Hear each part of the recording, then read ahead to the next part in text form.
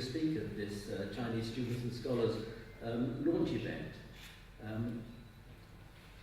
I'm in with the Department of Engineering, have been for some substantial period of time, and what is notable is that the fraction of Chinese students has increased significantly over this period, and now about half of all our overseas students are Chinese, which at the undergraduate level, this corresponds to about 10% of our undergraduate input in engineering.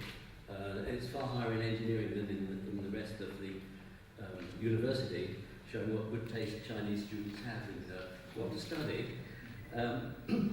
And they are mostly extremely successful as students both at the undergraduate level and at the postgraduate level. From an engineering perspective, it's sort of interesting to think about entrepreneurial activity, although I need to be very careful what I might say in the presence of the judging panel, who know far more about entrepreneurial activity than I do as an academic.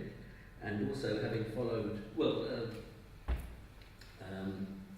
it's pleasing to note that several of the judging panel were students in our department. So.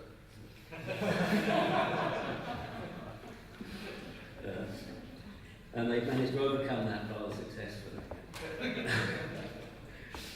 And also following on from Richard Penty, who has indeed a great experience in that area and is also a professor in our department. There have been quite a large number of startup companies that have come out of students or faculty in our department. And just to give you an example of the areas, it's quite diverse. For example, computational fluid dynamics, there's a significant company on north of Cambridge. Automotive sensors and analysis, there's a significant company to the south of Cambridge. Optical communications, there's at least 3 companies founded in that area, as mentioned by Richard Penty a moment ago, about to make enormous profits. And then generally in the area of electronic devices, there's been a significant number of companies. In the materials area, there's a company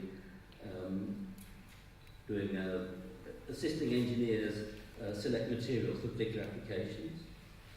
In the information engineering area, there's a speech recognition company who was founded, world leading, and then acquired by a large American company. I guess the largest company to have been founded by an ex-student in our department is Autonomy, which was extremely successful and founded by Mike Lynch, who was a PhD student in information engineering.